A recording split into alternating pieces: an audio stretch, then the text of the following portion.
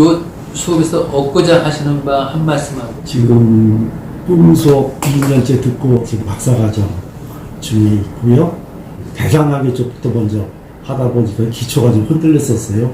그래서 기초 다시 프로젝트 어떻게 잡아가는 과정 중에 지금 체계를 잡고 싶어서 여기 왔습니다. 네, 반갑습니다. 오늘 마침 교육용으로 좋은 유튜브 동영상이 있는데 오늘 아침에 오다가 이렇게 봤어. 이게 뭐냐면 한 고등학교 한 1학년쯤 되는 애가 할머니 할아버지 주변을 상대로 버스간에서 싸우는 장면이야. 우와, 공부 자료는 너무 좋아. 그냥 그냥 나이에 대한 그 경계는 전혀 없고, 니들이 못돼 나한테 함부로서 이래라 저래라 해 그러는데, 기가 세니까 그 버스에 있는 그 할아버지 할머니들 꼼짝 못해. 지나가는 남인 주제에 왜 막 간섭을 해? 왜 쳐다봐? 아무 소리 못해. 여고생. 그게 어렸을 때 어떤 경험을 어떻게 하게 되면 그렇게 되거든. 오늘 나올 주제하고 연관될 수도 있어. 위니컷은 절대 의존기 전문가다. 절대 의존기 전문가라는 말은 이 양반이 절대 의존기에 어떠한 상처를 지닌, 상처 하면은 여기 이제 보호막이 있거든. 방어막, 보호막이 있으면은 갑자기 어떤 강한 자극이 촥 해가지고, 이거 내공이 약한데, 딱 해갖고 이게 딱 찢어져야 돼. 그래갖고 이거 한번 딱 찢어지면은 예리한 척 이렇게 했다가 이거 짜라라라 일상적인 삶을 이렇게 하다가 뜻밖의 낯설고 굉장히 딱 그렇게 이런 게 상처야. 알았죠? 그래서 방어막이 찢어져. 그래서 요거 찢어진 방어막으로 요게 이제 평화롭게 사는, 이게 평화롭게 사는 문자 시대라고 보세요. 그럼 여기로 뜻밖의 것들이 막 올라와. 그러면 이거 막 올라오면 보통 때 평상 방어로는 이게 안 돼. 여러분도 어떤 이렇게 피부가 찢어지면은 가만 내버려두면 위험할 때가 있잖아. 점점 벌어지고. 그래갖고 이제 비상 방어가 작동이 되게 되거든. 그리고 트라우마라는 말을 한번 쓰면 이게 딱 찢어진 게 이렇게 무슨 실로 꿰맨다고 해서 잘 되는 게 아니라 이게 아주 약한 무엇에서 덧대져요. 이렇게 덧대지다가 뭔가 이렇게 또 과거 상처 이거 비슷한 뭔가 비스거림한 게 오면은 요 덧대었던 것들이 탁 날라고 다시 쏙 올라와. 이렇게. 여기 트라우마의 특성이야. 그래서 이게 절대 의존기의 상처 전문가다라고 하면 좀 안 어울려. 왜냐면 절대 의존기의 상처는 이런 상처하고 좀 다르거든. 이거 내가 강의록 정리한 건데 이게 상처야 이게. 다 정리한 것도 다 찢어지는 거야 이게. 여기서 말하는 거는 그 트라우마라기보다는 트라우마도 있어요.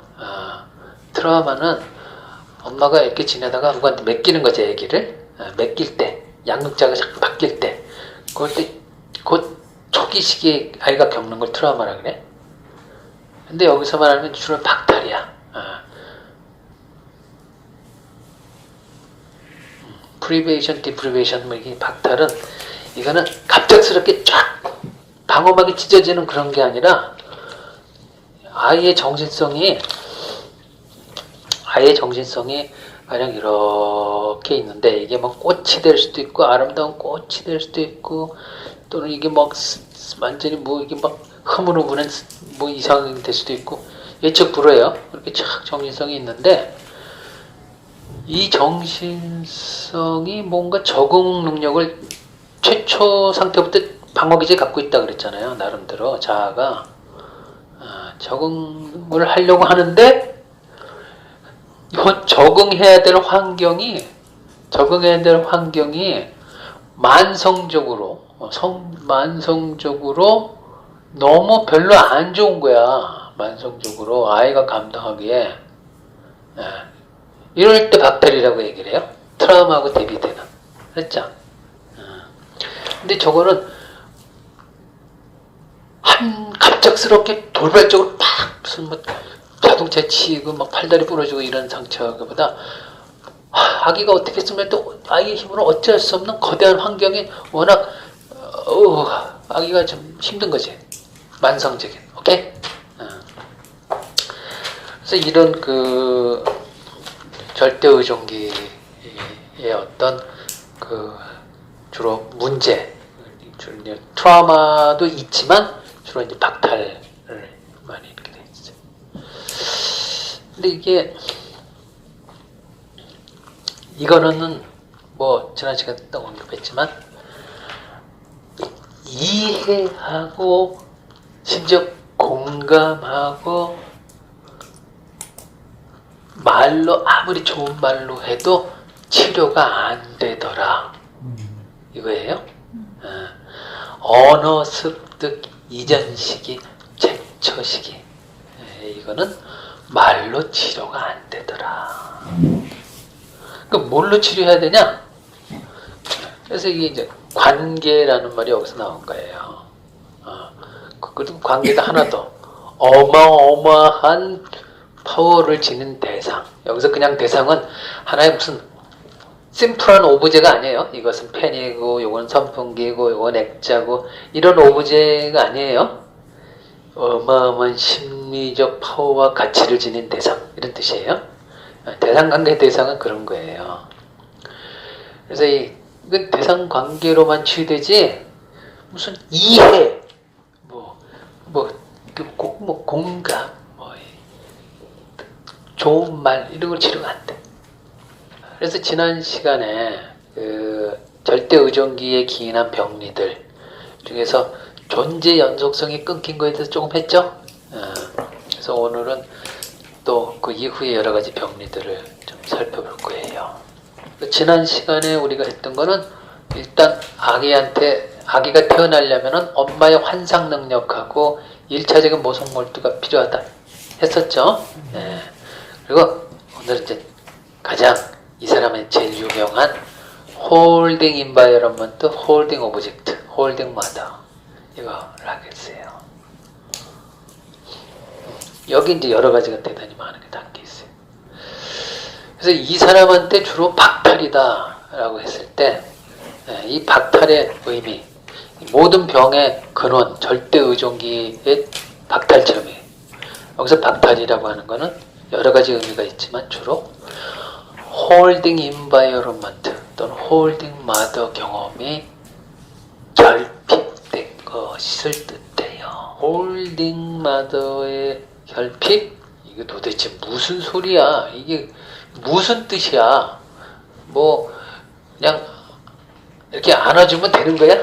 안아주는 엄마? 번역해갖고 안아주면 되는 거야?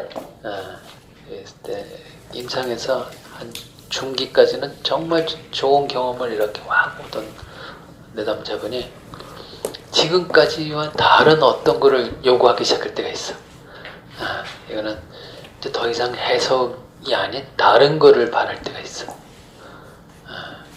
그 바랄 때 주로 이쪽으로 깊은 태행을 했을 때 이거야. 이런 걸 남자 내담자 같은 경우에는 그럭저럭 그 남성이 바라는 홀딩 인바이러먼트하고 여성이 바라는 인바이러먼트하고 섬세함의 질이 되게 달라. 그 여성이 바라는 그 홀딩 마더는 정말 그 남성이 바라는 홀딩 마더까지는 간단치가 않아. 좀 더 이렇게 뭐가 있어야 돼. 그래서 이 위니컷이 이거 전문가라지. 도대체 이거 체험 한 번만 해주면 이제 다 해방될 것 같은데 이것 때문에 여전히 세상이 불안하고 과거보다 자아가 응집이 됐는데 이것을 어디서 찾을 수 있는가 이 문제에 계속해서 이렇게 맴돌게 돼 있어. 그래서 뭐 일단 주로 몸과 마음의 이 통전 뭐 이렇게 이런 것을 또 이렇게 나오고 그밖에 여기서부터 많은 게 나와요. 좋은 많은 게 나와요. 여기서부터 이게 잘 되면 트루셀프도 나오고, 또 이게 잘 되면 세상에 대해서 신뢰, 환경과 세상에 대한 신뢰감도 생기고, 어떤 능동성도 생기고, 능동적 관계성도 생기고, 여러 가지가 생겨. 이 안에 창조성도 생기고, 이 모든 그 정서적인 발달의 베이직에 이제 이게 있다는 거예요. 그리고 이게 안 되면 이제 심각한 것들이 이제 많이 발생해요. 그래서 오늘 이게 안 될 때 무엇은 부작용이 있는가를 할 것이고, 도대체 이게 안 된다라고 하는 말은 뭐냐? 그러면 안아주는 엄마가 아닌 엄마는 무엇이냐? 라고 했을 때 또 안아주는 엄마와 대비되는 엄마를 우리 보게 될 거예요. 그냥 뭐 우울한 엄마, 무기력한 엄마, 오히려 안아주기는커녕 자기를 보호받기를 원하는 엄마도 있어. 또 뭐 산만한 엄마, 불안한 엄마, 여러 종류의 엄마 있겠죠. 밀어내는 엄마 맞아. 살 닿는 건 너무 싫어가지고 밀어내는 엄마도 있고, 뭐 거부하는 엄마, 여러 엄마가 있겠죠. 안아주는 엄마하고 대비되는. 그래서 이거와 연관된 부작용들이 뭐가 있는가? 일단 같이 의미를 보겠어요. 그래서 오늘은 절대 의존기, 그리고 여기서 제일 또 중요한 것은 지난 시간에 이제 비통합 경험에 대해서 조금 다뤘잖아요. 비통합 경험은 방어 없이 휴식할 수 있는 상태를 비통합 경험이라 그래요. 그냥 현재 이 상태, 매 순간순간을, 현재 이 순간을 방어 없이 느끼고 즐기고 향유하는 그런 상태예요. 꼭 실제하고 또 생생히 접촉하면서 접촉하는 그 환경, 일단 엄마죠. 어떤 좋음을 향유하는 그런 거예요. 근데 이 비통합 경험을 할 수 있느냐? 이 비통합 경험이 안 되면 항상 방어적인 경험만 하게 되거든. 방어적인 경험을 하게 되면 실제하고 있는 그대로 만나지 못한다 그랬잖아요. 누군가를 만났는데 저 사람 내가 지금 왜 만나고 있지? 답답한데 당장 일어설 수도 없고 그냥 팍 막힌 듯한 사람이 있어. 오케이? 이 방어적인 사람하고는 그 어떤 소통도 안 되고, 소통하려면 더 꼬이게 돼 있고, 내가 아라고 했는데 뒤에서 어로 들리게 돼 있어. 뒷말이 나와. 그래서 이 비통합 경험과 연관해서 이 비통합 경험이 잘 돼야 비로소 자아가 통합적 기능을 이렇게 형성, 발달하게 된다 라고 하는 게 위니까지 되게 주목해서 강조하는 말이에요. 이건 논리적으로 되게 대비되잖아. 비통합 경험을 잘해야 자아를 통합이 된다? 이게 뭔 소리야? 이건 논리적으로 조금 안 맞죠? 근데 여기다가 하나 더 들어가 있어. 비통합 경험을 잘한다는 말 속에 여러분 자아심리학의 베이직을 배웠잖아요. 그래서 위니카도 자아심리학과 클라인 학파가 서로 이렇게 에너지를 줘서 생긴 사람이야. 비통합 경험에 자아가 통합되려면 요 홀딩 마더 경험이 필요한데 요 홀딩 마더 경험 속에 사실은 이 자아 통합을 촉진시키는 일종의 여러 가지 자아 기능도 계속 다 들어가 있어요. 엄마가 불안하고 낯설고 힘든 자극들을 대신 소화해가지고 소화할 만하게 아이한테 이렇게 접촉하게 해주는 그런 기능이 있어. 그래서 자아가 통합이 되는 거예요. 엄마가 홀딩해주는 그 자체가 통합적 기능의 하나의 모델이야. 다른 걸 소화를 해가지고. 여기서 하나 새로운 개념을 여러분한테 소개할 텐데 잊어먹기 전에 안아준다라고 하는 게 뭐 울타리 경험도 되고 보호막 기능도 되고 베이스 캠프 기능도 되고 그리고 재밌는 게 금줄 기능도 돼 이게 여러분. 금줄. 요거에 계속 연장선이에요. 이거 잘하면 이거 잘한다. 이 말을 이해하면 여러분이 뭐 사람을 이해하는데 대단히 열쇠를 하나 얻을 수 있게 되는데 그 중에 하나 자 오늘 지난 시간에 이어서 요거 있고 요것의 결과를 한번 쏙 살펴보겠고, 요것의 특성, 이것이 박탈될 때 또 어떤 문제가 생기는가. 됐죠? 강연이 찢어졌네. 안아주는 엄마. 안아주는 엄마가 자아 발달에 촉진적 기능을 한다 이거잖아요. 자, 절대의정기에 촉진적 환경을 만나면 자아가 잘 발달한다. 그래서 자아 발달뿐만 아니라 이제 정서가 잘 발달한다 이러잖아요. 근데 심지어 이 자아 발달, 정서 발달, 신체 발달까지도 같이 가요. 그래서 이 촉진적 환경에 가장 중요한 엄마의 그 환경 역할이 안아준 엄마예요. 자, 그래서 이게 안아준다라고 하는 게 무슨 뜻인가? 여기 나온 얘기는 그 그린버그 앤 미첼이 쓰는 대상관계론의 것을 많이 이렇게 요약한 면이 많아서 내가 추가로 또 이렇게 같이 논의할 거예요. 엄마가 자신과 아이를 여기서 동일시한다는 건 일종의 자신의 일부로서, 아직은 그 분리 독립되지 않은, 그야말로 자신의 일부로서 이 정도 초기는 이제 공생 단계를 포함하죠. 그래서 하여튼 자신의 일부인 유아, 영유아자를 생생하면서도 긴장감 없이 이렇게 안겨있는 느낌을 주는 거예요, 아기한테. 엄마가 아기를 이렇게 제대로 안을 때 엄마는 아기한테 세상을 가져다 준다. 엄마로 따지면은 이게 안아줌인데, 아기 입장에서 보면 이게 소위 말해서 이걸 전적인 의존이죠, 이게. 안아주는 엄마, 전적인 의존, 긴장과 방어 없이 환경에 나를 맡기는 거죠.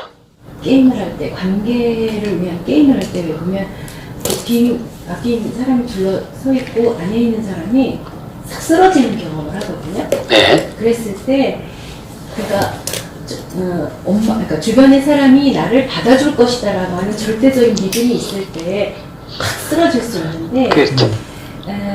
그렇지, 믿음이 없으면 오히려 불안해하면서 이렇게 쓰러지지 못하잖아요. 그 상태가 비통합인가라는 생각이 드는 거예요. 아우, 좋아요. 그 하나의 좋은 예죠. 좋은 예네. 근데 긴장 풀고 나한테 한번 이렇게 착 쓰러져도 돼. 라고 해서 내가 다 받아줄게. 그러지만 불안해서 그게 안 되잖아요, 어떤 사람은. 환경에 대한 불안, 그 초기, 최초 환경에 대한 안아준 경험이 잘 안 되면 몸이 딱딱하게 긴장하고 해서 굳거든. 그래서 어떤 놀이를 할 때 그냥 착 이렇게 이렇게 쓰러져야 될 때가 있는데, 이 동작도 불안해서 안 돼요. 불안해서 안 돼요. 어떤 사람은 항상 몸에 어떤 근육에 긴장이 들어가 있어. 그래가지고 보기가 너무 이렇게 해서 좀 릴렉스하게 뭐도 하고 이렇게 조언을 주면 조언이 안 들어가. 안 들어가는 게, 어떤 사람이 있는데 몸과 마음이 다 긴장돼 있어. 근데 그 사람을 한테 언어 소통을 할 수 있는 사람은 딱 한 사람이야. 한 부류의 사람이야. 절대 의존기의 박탈을 보충해주는 그런 정서적 교감을 할 수 있는 사람. 왜 말만 들어가? 이 사람한테 이게 이렇게 되면 이렇게 하면 당신한테 좋지 않으니까 그래갖고 이렇게 합리적인 언어를 들어가면 안 들어가. 방어를 해가지고 절대 말을 안 들어. 절대 의존기에 고착돼 있는 사람 하여튼 여러 가지 긴장돼 있어요. 이 안아줌이라는 거는 불안을 가라앉히는 핵심 기술이라고 그래요. 그래서 이거 잘하면은 소위 웬만한 원초적 불안서부터 웬만한 불안은 다 가라앉아요. 그래서 이게 그냥 단지 신체적인 안아짐을 뜻하는 게 아니에요, 이게. 정서적, 단지 정서적인 교감 없고, 또 상대방의 적절한 그런 거 파악 없이 신체만 안아주면은 이게 어떤 결과가 일어날까? 더 경직되겠죠. 네. 그러면 우리도 또 숨 막히는 경험이 될 수가 있어요. 내가 딱이 원치 않은데 그냥 나를 그냥 사랑한다고 으스러지게 안아봐. 그 기분이 어떨까? 그럼 숨 막히는 거예요. 이게 숨 막히는 경험 자주 하는 사람 중에 안아줌과 연관된 소위 엇갈린 안아준 경험인데 폐쇄공포증 들어보셨어요? 폐쇄공포증? 그 창문이 없고 이렇게 뭔가 천장이 낮고 뭔가 이게 닫힌 듯한 공간에 들어가면 숨이 막혀서 죽을 것 같은 불안이 일어나. 폐쇄공포증. 그것도 그 안아줌이 정서적 교감 없이 뭔가 그냥 안아준 거야. 이 안아줌이 엄마만 하는 거예요? 최초 양육자. 예. 예. 또 이후로는 최초 양육자의 대리자.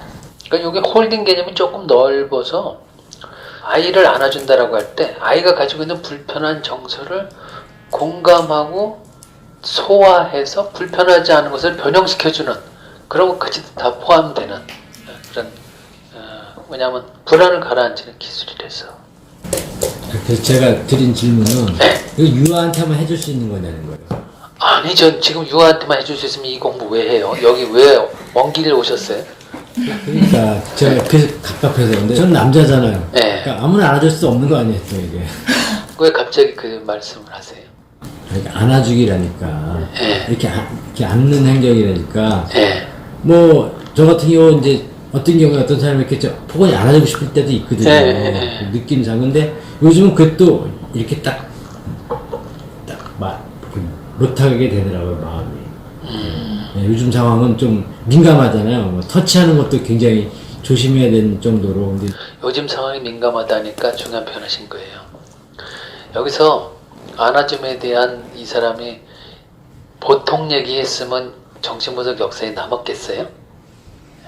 그 안아줌에 대해서 기존 정신분석가들이 제기하지 않았던 디테일한 거를 이 사람이 제시했기 때문에 정신분석 역사에 남은 거예요.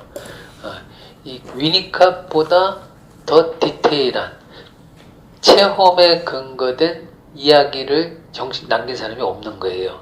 그 이후 사람은 앞에 거를 막 편집적으로 접속해서 더 디테일한 책을 낼 수는 있어도 이 사람만큼 체험에 근거되는 사람은 없는 거예요.